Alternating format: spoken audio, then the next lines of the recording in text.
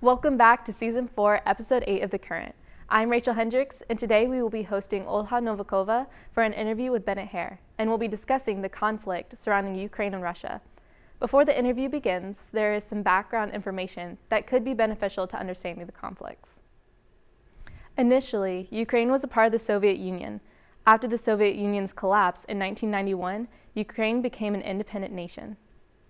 In 2014, Russia attempted to invade Ukraine in an attempt to annex the country. This began the Russo-Ukrainian War, which was mostly a Cold War until 2022. Since 2014, the Ukrainian states of Donetsk and Luhansk have been trying to gain independence. In December 2021, to quote, keep the peace, Putin placed troops on the Russian border with these two states. Putin went so far as to recognize these two states as independent on February 21st, 2022. Putin used these troops as a base point for his full-scale invasion of Ukraine on February 24, 2022. Since then, Ukraine has managed to hold the line against Russian forces. To talk about her experience and perspective as a Ukrainian international student living in the U.S. at this time, Olha Novikova is here to meet with Bennett Hare. Thank you, Rachel. We are here today for an interview with international student Olha Novikova. She is from Ukraine, and she is going to talk about the past few months and what that's been like for her. How are you doing today? Thank you, I'm doing okay. I recently woke up, so I'm having a very chill Friday. Very nice, yeah, it's a good way to spend a Friday at UNCW. Very chill, relaxed, perfect weather, right? Hard to do homework though, for sure. Yeah, I've been putting it off for a few days now. Oh yeah, motivation's at an all-time low. I know. But yeah, so obviously you're from Ukraine, but can you tell us where in Ukraine you're from? So I was born in eastern region, which is called Donbas region, where there are a lot of forces now. That's where my mother is from and her parents are from, and all that line is from. And then my mother met my father in central part, where we eventually moved to, and that's where I visited school. And for the last 3 years I've been studying in Lviv, which is in western part of Ukraine, so I've kind of been all around the place. Very nice, very nice. Can you tell us a little bit about your childhood and your time growing up in the Donbas region? Yeah, so it's not that I was like staying there for this amount of years and then moved to central part. I just went there for summer, where my grandparents lived, and there is like this blue house made out of wood and clay, which my grandfather built a long time ago. And every summer, me and my cousins were coming there, and my grandparents just had fun with us. They were planting vegetables, fruits, and we were just playing around, running a lot. That's where I learned to ride a bike. I don't know, climbing the trees, playing spy games with my brother, my cousin. And it's just very bright and, I would say, holy memories, because there was like no problems back then. And I remember that once me and my cousin were like playing another stupid game, and we broke the flowers on my grandmother, and she was very mad at us. And that's the only time I saw my grandmother mad. She was like calling my mother, complaining that we are bad kids because we broke her flowers. But besides that, she's a very sweet woman. She is still like okay in her good health, as well as my grandfather. It was a very good time.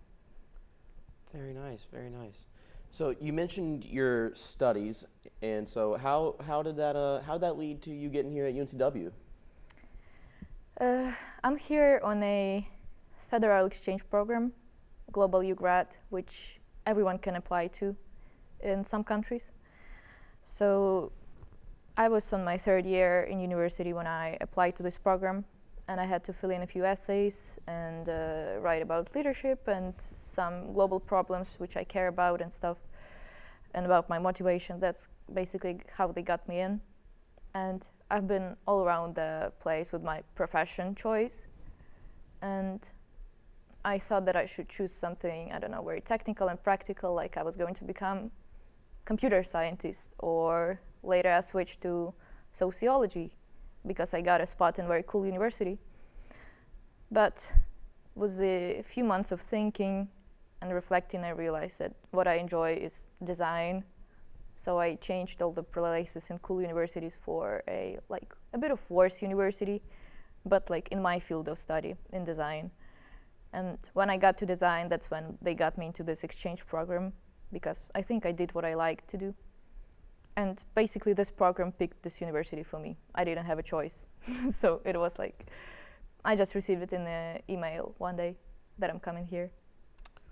Well, not a bad university to be at, you know. It's I know. nice, sunny at the beach. You know, it's not freezing cold all the time. Yeah. But can you talk about some of the events in the time leading up to the night of the invasion, and like what that experience was like for you? Yeah, so a few days before the invasion, Russian president gave a speech for 1 hour. It was like streamed on YouTube. And I don't remember why I decided to watch it. I just saw it and I was like, oh, another cringe to watch, nice. So I turned it on. And with each like phrase he was saying, humiliating my nation, my country, it was like putting me down a lot. And I remember that I was texting a lot of my friends while this speech was going on, and we were like laughing at it and being like, what is he talking about? It's like, so it doesn't make sense at all.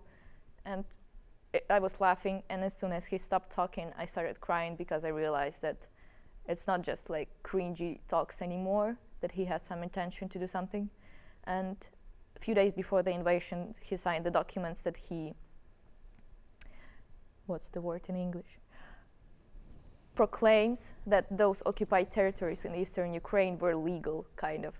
Russia think that those territories are real now, which means that Russia has the right to get into those territories and kind of protect people on those territories from Ukrainians who are trying to get back their territory and people. And realizing that, I knew something was coming. So in the night of the invasion, I was doing my assignment, because I had a deadline in an hour or so, and it was 11:30, I think. And in Ukraine, it was plus 7 hours or plus 6 hours, which was like the time when invasion started. And someone texted me, I looked at my phone and decided to check the news. And I thought that like the explosions are heard in some of the cities, including the cities where my parents live, my grandparents live. And I started texting them like, good morning, how like, do you hear something around? And grandmother was the first one to respond, and she said that, yeah, we can hear something, but like it's okay, it's like far away, so it's gonna be fine. And my mother responded to me like, what's up, like why do you ask how I am doing, everything is okay? And then she reads the news and realizes that the war has started. And after everyone responded to me, I went back to my assignment because I kind of processed that it's gonna happen a few days before that. So I just finished it, passed it in time, before 12, and I remember that I went to sleep in the kitchen because I didn't want to be in my own room by myself, and kind of being in the kitchen gave me more feeling of being not alone. And the next time I woke up at 6 a.m. and went to 8 a.m. class with my Ukrainian shirt on. Wow. So, about your family, since this has started, like, are they okay? Like, what's going on with them? The thing about my grandparents in eastern part, we felt it was coming even before the start, and we were trying to convince them to go from eastern part to central part, which is more safe. And the thing about Ukrainians in general, I think they're very attached to their land. It's very hard for them to move on when they are very used to where they live, especially when they have a land. We're a very agricultural country, and my grandparents find a lot of joy in like growing stuff. And when they knew they had to move from there before the invasion, they were like, we will move when they start to like shelling only. It's like, what if nothing has happened and we will just miss the crop season? So it was a long process of trying to convince them to move out, and then the war starts and they still don't want to move out from there. And there were a lot of talks, very hard talks. Like I called my grandmother and said, like, do you want to be in my marriage? Do you want to see your like grandson? Do you want to see me again? Then please like leave. And they did leave when it was quite easy to leave, which I'm very glad to, because a few weeks after, the same railway station was bombed. It's Kramatorsk, which is like been quite famous, unfortunately, recently. So they moved to central part and with my parents. And from there, my mother left to Italy because she has an infant baby, which is my brother.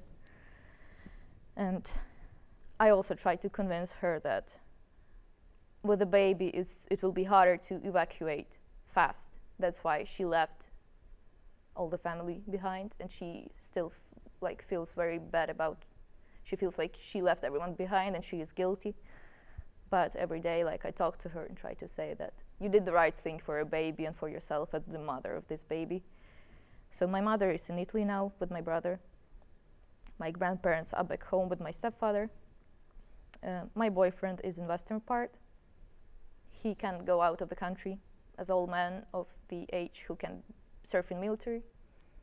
He's psychology major, so he's kind of mentally helps those who are in need now, like supports and stuff. So that's about my family. Well, first of all, I'm really glad that they're okay. Yeah. I'm glad that they're all safe.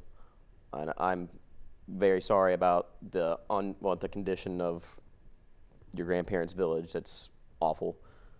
But since this has started, do you think, has your experience here at UNCW changed? And it has, in what way? I think it definitely did. And when I came here, I had a lot of things planned, as I'm on the exchange program for 1 semester, and I want to do this, go to the ocean and stuff with those places. And I had my budget kind of planned. And when the war started, I felt wrong about spending money on my own entertainment. So instead, I started to donate some money to the army. I started to dedicate a lot of my resources and time to volunteering. I was translating the news into English for a while, making the website for the project Ukraine, which is about making merch and sell it around the US to raise money. What else? Making some graphic design, also war themed. It's all my energy was bringing to back home while I had to discover American culture and meet American people. I was more focused on cherishing my hometown and my home places now, which I didn't expect to have. I knew I would be homesick at some point, but not under such circumstances. It just makes me feel love my country more now, which I didn't expect. Still, I went traveling. A few days after the invasion, I had my tickets planned to Washington, D.C. for a few days. I wanted to go to the museums, which are free, which is cool. And I remember that I decided not to reimburse my tickets because I would not get money for them because they were cheap. So I went there anyway, and I spent 3 days out of 3 days near the White House with the flag and the signs. And the next day I went to United Nations headquarters in the New York City, and I just met a lot of Ukrainian people there, and I felt that I was doing something.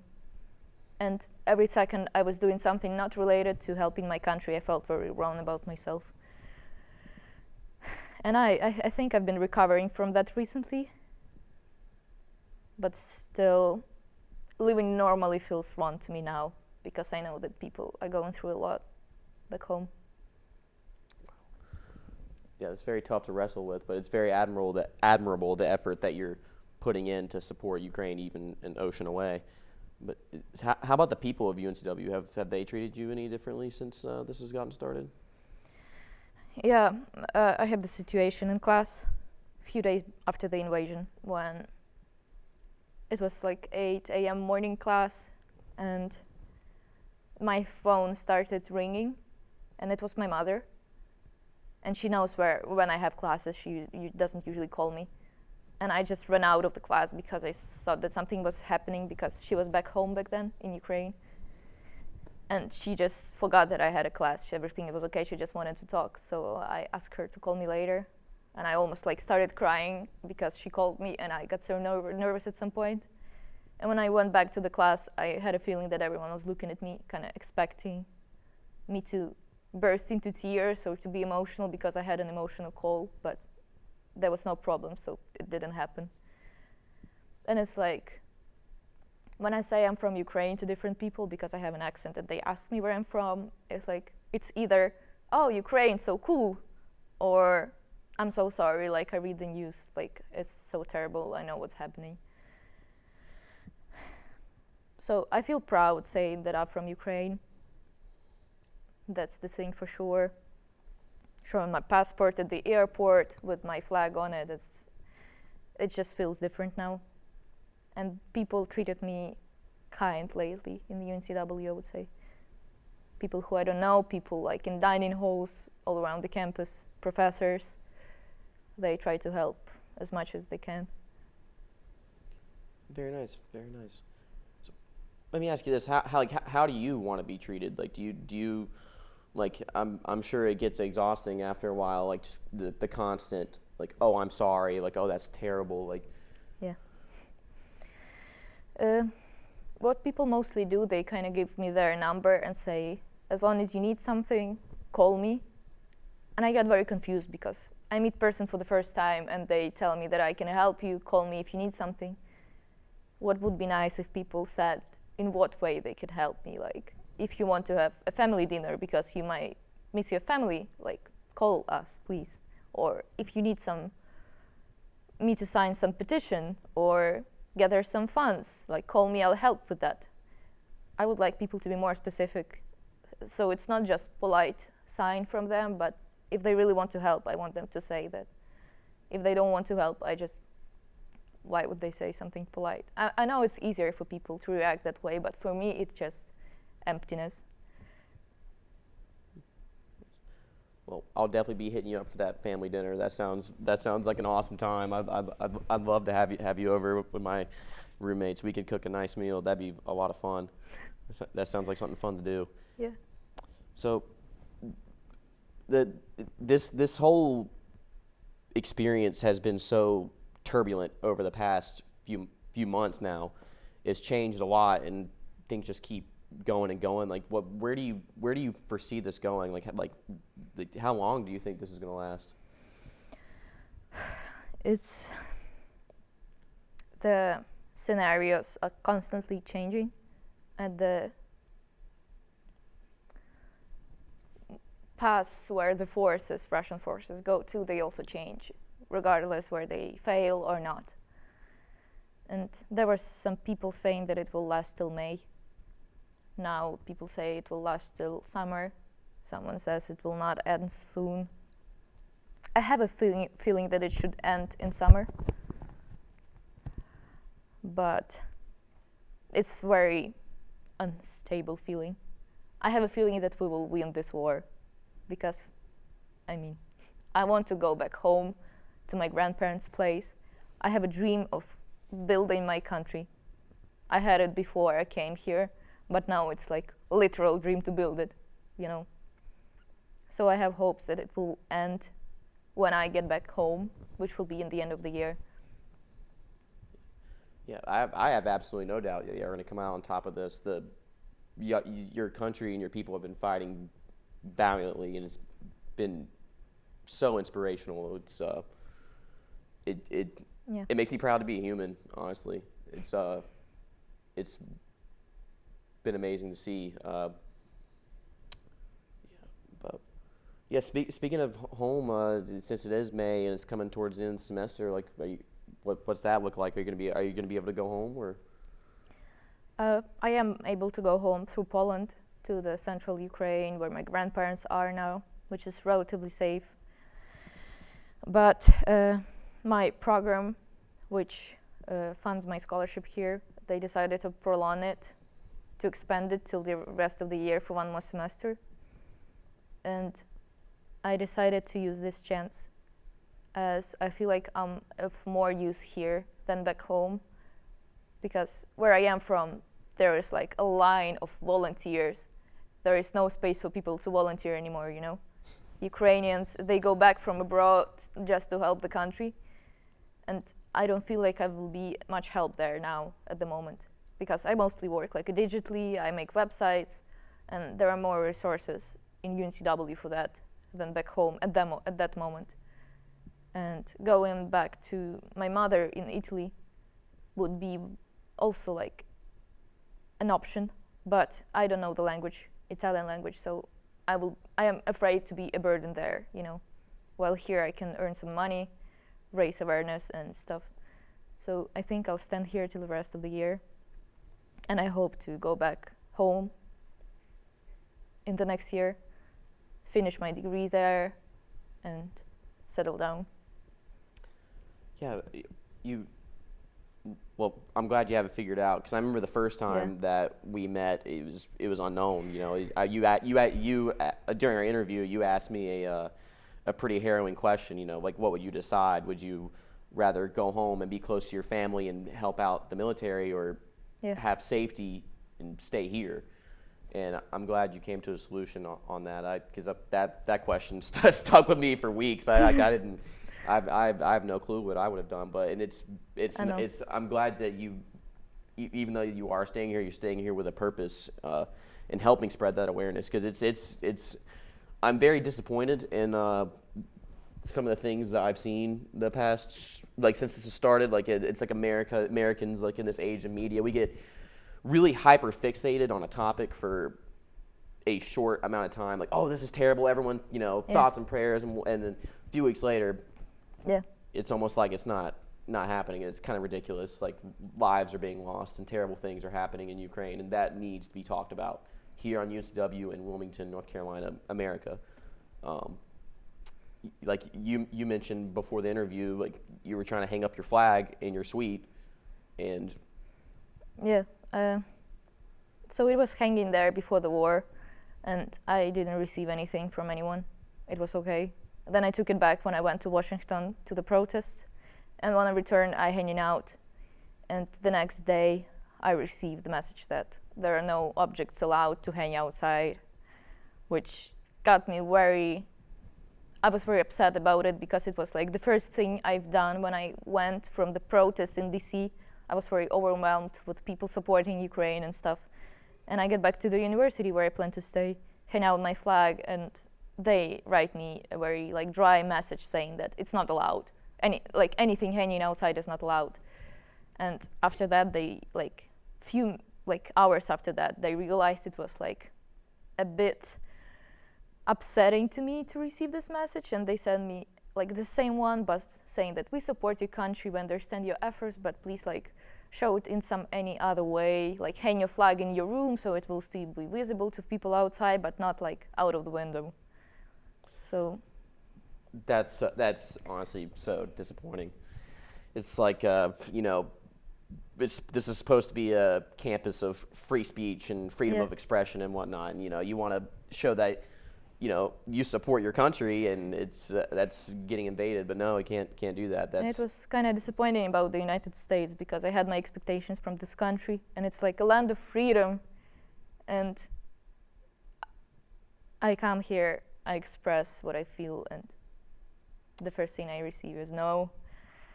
Yeah, it's the older I've gotten, it's like the glamour of America has kind of rubbed off a little bit, especially hearing situations like that. And it's not just a problem here. Like I when I interviewed your friend, another Ola from, she's under the same program, correct? It's the same program at in Ohio. She was telling me about putting up flyers and posters and whatnot. Spreading awareness, taken down. Yeah. It's like, really, I can't wrap my mind around it. I just, it's strange times. Just some for instance, Stanford or Ivy League universities, they have a position and statement they make that they support Ukraine and they are against Russian invasion. And I feel like smaller institutions are afraid to do so, because they have a lot of Russian students and personnel, and they don't want to offend anyone. And this is, I can't understand it, but I can't accept it as a Ukrainian person whose people are being killed now. For me, it's ridiculous not to have this statement made. I mean, I totally agree. Like, I think it's kind of ridiculous. I mean, it's at this point, it's not, you know, it's more than just, we have Russian students, and, you know, that might be, you know, no, it's a humanitarian crisis. Like, it's like innocent lives are being taken, and horrible things are happening to women and children. And it's straight out of the history books. Like, I'm reading about the Holocaust, and I'm like, yeah, this is more than just worrying about if someone gets offended by looking at your flag. Are you kidding me? Like, this is this is absurd. It get me all get me riled up. But yeah, so speaking of awareness and stuff like that, and you brought this up earlier, could you talk a little bit more about You for Ukraine and that project? Yeah, so me and another Olha from Ohio, and other students in the US and other countries and in Ukraine, we just thought that we need to raise awareness and raise money in any way we can. And Olha, she is like great startup person. She's very like great leader of any team. She has great management skills, so she decided to start selling merch in Ukrainian universities and just all around the US with illustrations of Ukrainians.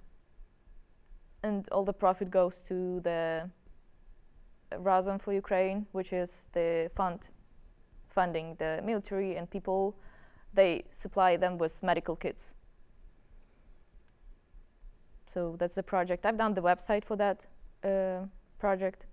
So there is like an internet store, so it's more comfortable for make a purchase. Yes, and we have the like the website and all that. That's going to be in this video, so people can go check it out. And it's I'm not gonna lie, it's really impressive. It's very professional how fast y'all were able to get this together, and like the designs are really good. Like yeah. It's really fashionable, and it's going towards a really good cause, and it's very inspirational that y'all are doing this. I'm ready to get me a shirt, despite, you know, everything you see here. I'm still a broke college student, so you know, once I get the money up a little bit, I'm very excited to get a shirt. But is there any other ways that people can contribute or help that you'd like them to know about? Yeah, the first thing is to admit that this is happening. To admit that there is Russian war or Russian invasion, not Ukrainian crisis, which is like victim blaming almost. It's like Ukrainian crisis, but there is no name of something that led to this point. So it's important to call things by their names. If you have social media, it's like matters to make reposts, to post stuff in your social media, because especially in the United States, when there are a lot of international people around who tend to forget about those stuff with time, which I understand, because brain can't handle much stress. It's the first thing. Second thing is to donate. I know not everyone can do it, but it's like for $1 you can buy, I don't know, 10 eggs in Ukraine. Really, $1 is the price for 10 eggs in Ukraine. I was counting it. It's the price for one bag of milk. So with only $1, you can feed a lot of people, or at least one, but for a while. The third thing is to offer support to Ukrainian people. I'm good with what I have here, but there are people in Ukraine who try to escape the country for now to be in safer conditions, especially in hot spots. And it's good for people to know that they have place to go to, because Europe is getting filled with refugees and there is no much space anymore, so it's good to find those places all around the earth, just in case.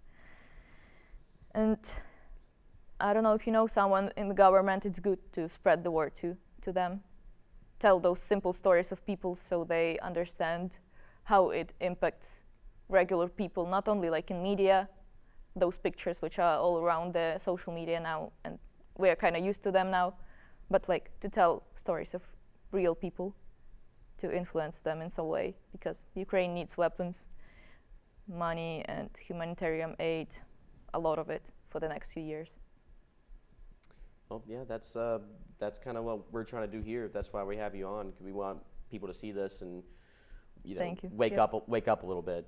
You're real. You're here. You're affected by this. It's not just something you stare out on the phone. Mhm. And thank you for being here. Is there any last thing you want anybody to know before we wrap up? Thank you for having me, I guess. All right. Thank you for being here. Thank you, Bennett. Pretty much. All right. So now we are going to toss it to Kira for Wave Watch. Thank you for tuning in to the interview.